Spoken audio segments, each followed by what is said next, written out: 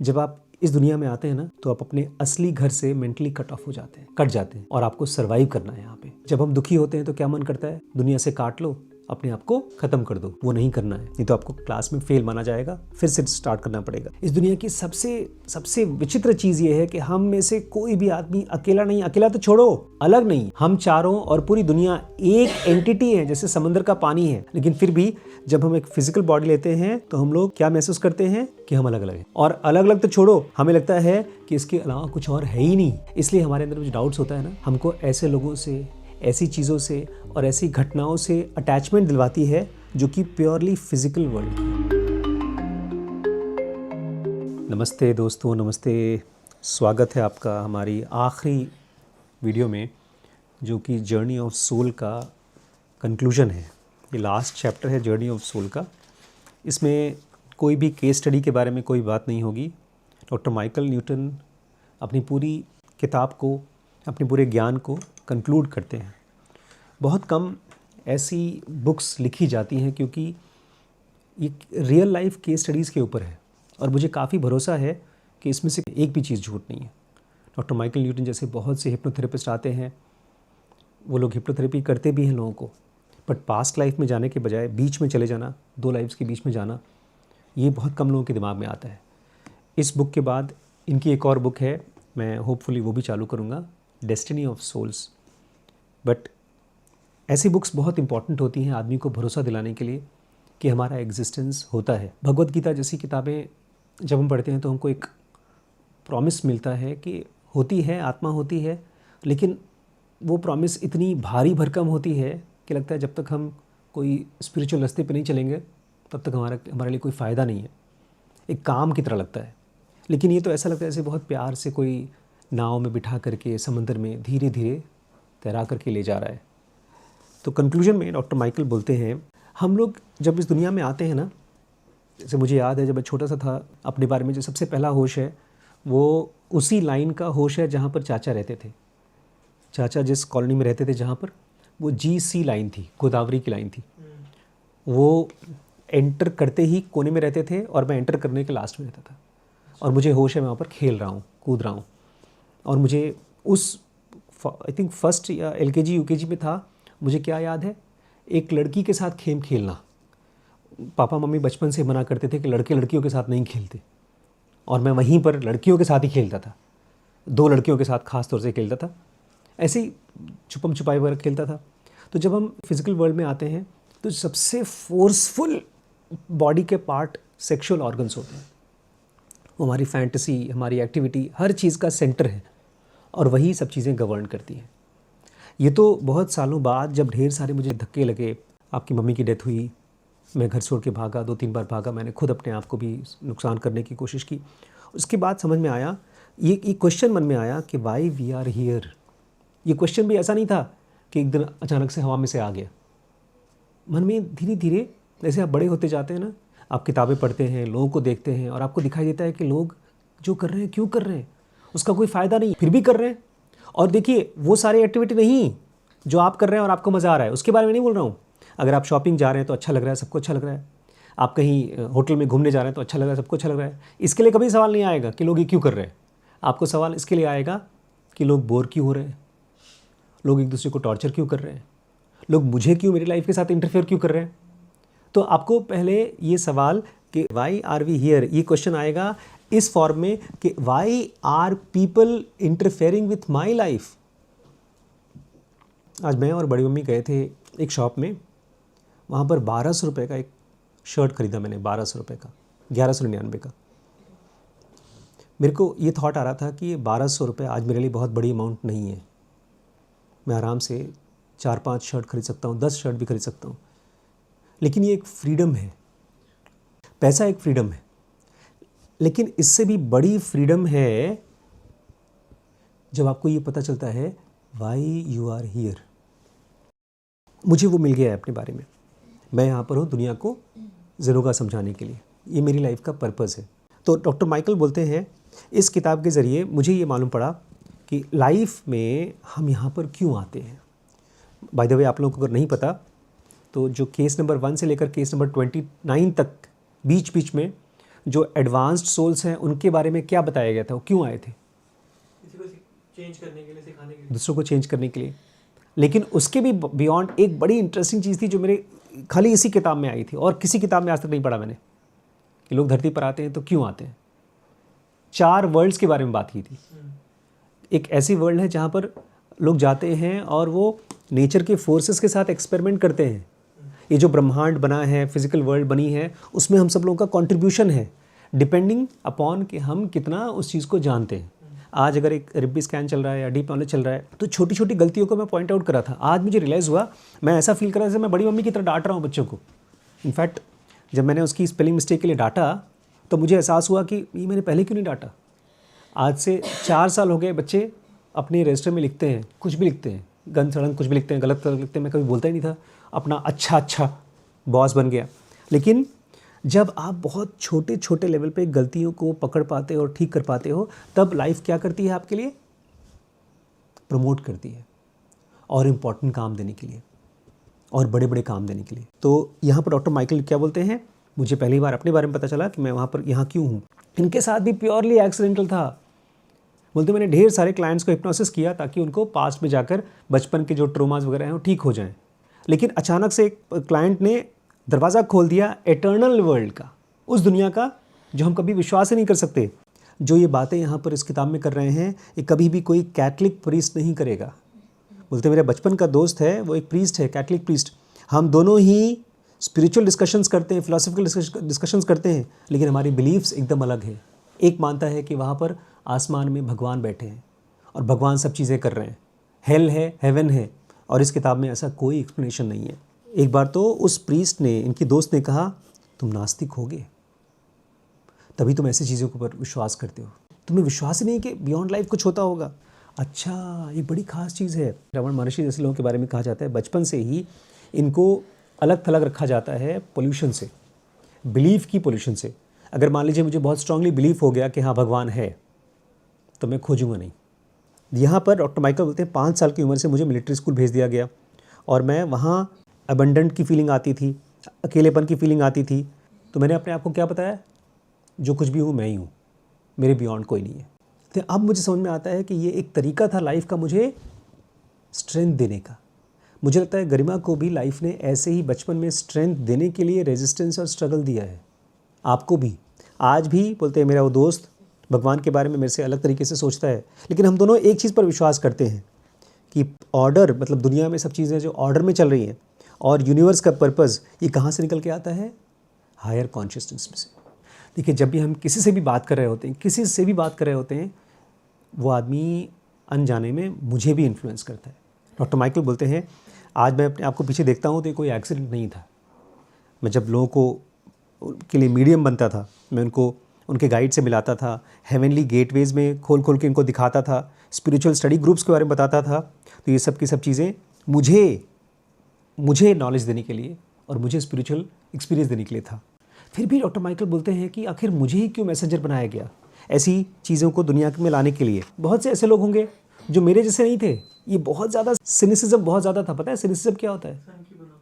मैं नहीं विश्वास करता भगवान पे, बकवास कर रहे हो, एकदम एंटी थॉट वाले थे। तो उसको चूज़ कर लिया होता। बोलते हैं मैं मैसेंजर नहीं हूँ जो आप लोगों को बता रहा हूँ गॉड के बारे में, लाइफ के बारे में, डेथ के बाद। ये तो वो लोग हैं जो रियल मैसेंजर है, मैं नहीं हूँ, मैं तो केवल रिपोर्टर हूँ। बोलते जो कुछ भी आपने इस किताब में पढ़ा है, आपको विश्वास हुआ है चाहे नहीं हुआ है, वो सब कुछ सब इन लोगों की वजह से है। एक इम्पॉर्टेंट चीज़ बोलते हैं मैंने सीखा यहाँ पर, जब आप इस दुनिया में आते हैं ना तो आप अपने असली घर से मेंटली कट जाते हैं और आपको सर्वाइव करना है यहाँ पे। जब हम दुखी होते हैं तो क्या मन करता है? दुनिया से काट लो, अपने आप को ख़त्म कर दो। वो नहीं करना है, नहीं तो आपको क्लास में फेल माना जाएगा, फिर से स्टार्ट करना पड़ेगा। इस दुनिया की सबसे विचित्र चीज़ ये है कि हम में से कोई भी आदमी अकेला नहीं, अकेला तो छोड़ो, अलग नहीं है। हम चारों और पूरी दुनिया एक एंटिटी है, जैसे समंदर का पानी है। लेकिन फिर भी जब हम एक फिजिकल बॉडी लेते हैं तो हम लोग क्या महसूस करते हैं कि हम अलग अलग हैं। और अलग अलग तो छोड़ो, हमें लगता है कि इसके अलावा कुछ और है ही नहीं। इसलिए हमारे अंदर जो डाउट्स होता है ना, हमको ऐसे लोगों से, ऐसी चीज़ों से और ऐसी घटनाओं से अटैचमेंट दिलवाती है जो कि प्योरली फिजिकल वर्ल्ड की है। मैं आज अपने ZP क्लास में बता रहा था कि ये जो मिस्टिकल वर्ल्ड है उसका दरवाज़ा पता है कब खुलता है? जब आप थोड़ा सा अंदर से इमोशनल नहीं पोएटिक होते हैं। भगवत गीता में कृष्ण ने जो कुछ भी कहा है, गीता कहा है, काइंड ऑफ पोएम। अभी जब मैं चालू करूँगा एक और बुक में स्टार्ट करने वाला हूँ, ऑटोबायोग्राफी ऑफ अ योगी। आप कहेंगे कृपया बंद कर दीजिए, सब बकवास है, क्योंकि रियल लाइफ मिस्टिकल एक्सपीरियंस उनके साथ हो रहे हैं, हमारे साथ नहीं होंगे, क्योंकि हमारा माइंड क्या है, सिनिसिज्म से भरा हुआ है, डाउट से भरा हुआ है। उसको लगता है कि इस दुनिया के अलावा कुछ और दुनिया है ही नहीं, आइडियलिस्टिक दुनिया नहीं बस यही दुनिया है, जो दिख रहा है आंखों को वही है। प्लस अब तो हम साइंटिस्ट की तरह ये भी जान गए हैं, साइंटिस्टों की बात, धरती क्या है, एक बड़ा सा समंदर है, उसके किनारे कहीं कोने में एक रेत का कण है। तो उससे हमारे अंदर में और भी एक फीलिंग आती है इनसिग्निफिकेंस की, हम कुछ नहीं है।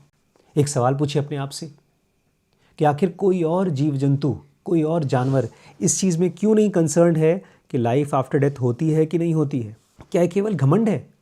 अरे यार हम लोग इतने महान हैं कि हम मरने के बाद मरते नहीं होंगे, क्या केवल घमंड है? या शायद इसलिए है कि हमारे अंदर में हमारी बीइंग किसी हायर पावर से कनेक्टेड है। लोग बहस करते हैं, बोलते हैं अरे यार जब तुम मरने के बाद बात करते हो कि कोई ज़िंदा है तो ये और कुछ नहीं है, विशफुल थिंकिंग है, मतलब चाहते हो ज़िंदा रहो इसलिए ऐसी बातें कर रहे हो।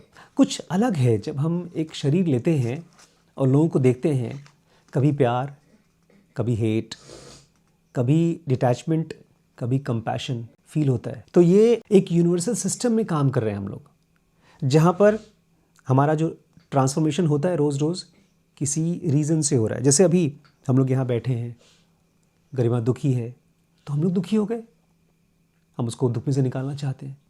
और खाली इतना ही नहीं, हम as a species, as individual, चाहे दुनिया में कितना भी हेट्रेड, कितना भी डिस्टेंस हो लोगों का लोगों के साथ, फिर भी ऐसी पढ़ाई कर रहे हैं जहाँ पर हम एक एडिक्ट को उसके एडिक्शन से निकाल सकें, और वो भी ऐसे आदमी को जो हमारा रिलेटेड नहीं है। हम बीमारी ख़त्म करना चाहते हैं, खाली अपना नहीं, सबका। इसका मतलब हमारे अंदर में एक पर्सनहुड है जो नहीं मरना चाहती, कोई ऐसी एंटिटी है जो मरना ही नहीं चाहती और मारना भी नहीं चाहती किसी को। एक बात साफ साफ करते रहे हैं कि आप अगर मुझसे प्रूफ मांगोगे तो मेरे केसेस का, यहाँ पर जो मैंने आपको बताया, उनका कोई साइंटिफिक प्रूफ नहीं है। कहते हैं अगर आप मेरी किताब को बर्दाश्त नहीं कर पा रहे हैं, नहीं एक्सेप्ट कर पा रहे हैं, तो कोई बात नहीं, बस एक ही चीज़ अगर आप लेके जाते हैं तो मेरे लिए बहुत बड़ा काम हो गया। क्या? कि आपके अंदर में एक ऐसी परमानेंट आइडेंटिटी है जो खोजने के लायक है, वही आपका काम है। अगर आपके अंदर में ये हो गया तो मैंने अपना काम कर लिया। एक और बड़ी प्रॉब्लम है, लोग जब इस तरह की बातों को एक्सेप्ट नहीं कर पाते, बोलते हैं अच्छा ये बताओ कि ये सब बुराइयां दुनिया में क्यों हैं, इतना दुख क्यों है जब भगवान दुनिया में है? तो एक ही बात बोलते हैं।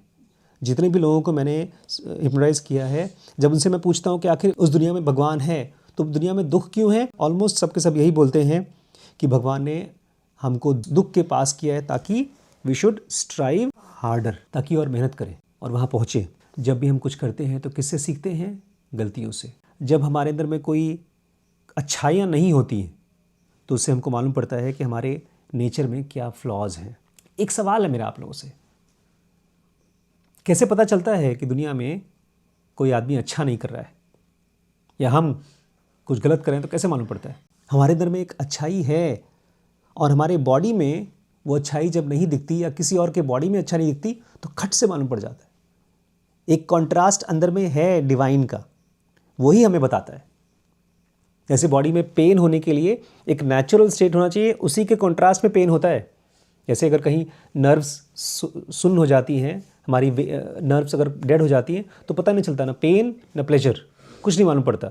लेकिन हमारे माइंड में, हमारे बीइंग में एक ऐसी स्टेट है जो अच्छाई को और बुराई को, दोनों को टेस्ट कर पाती है, बता पाती है। उसी को पाने का काम है ये। देखिए एक चीज़ बहुत क्लियर है, जस्टिस सही कैसे पता चलेगा?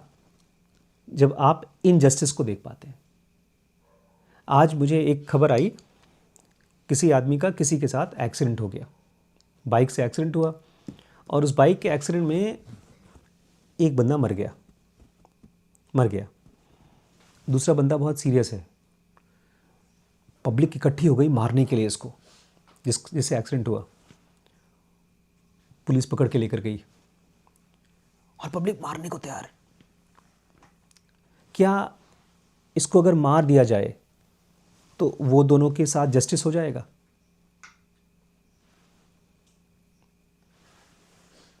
ये जस्टिस नहीं है, जस्टिस कोई और चीज़ है।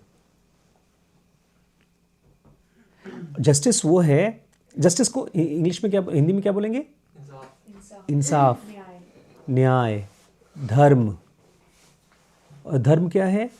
धर्म है क्या चीज़ है जो आपको अपने पास ले जाता है। हमने अंगुली मार की कहानी सुनी थी, क्या होता है उसमें?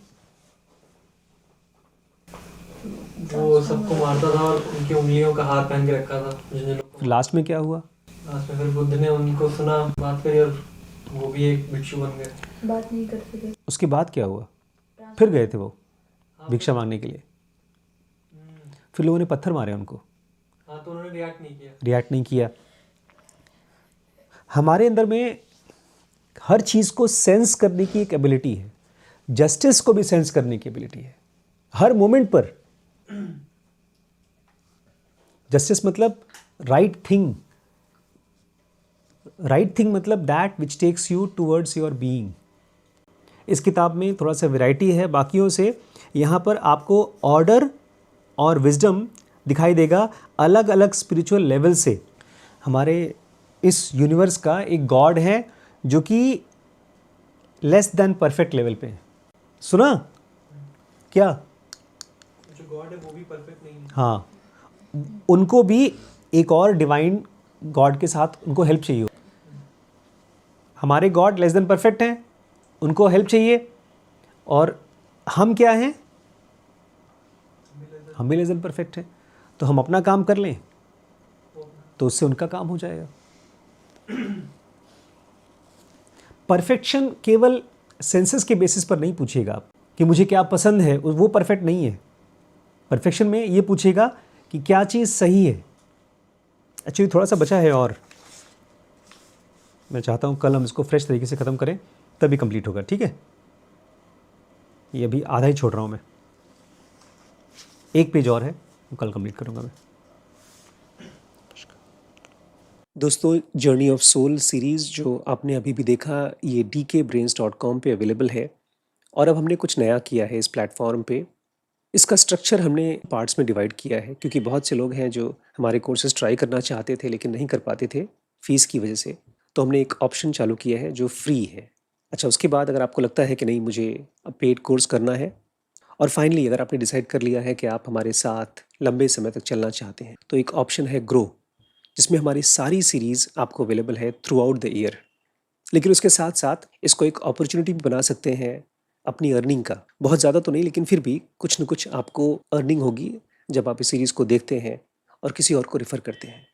ट्राई आउट करिएगा, मुझे कमेंट के ज़रिए बताइएगा। आपके सजेशंस हमारे लिए बहुत इंपॉर्टेंट हैं।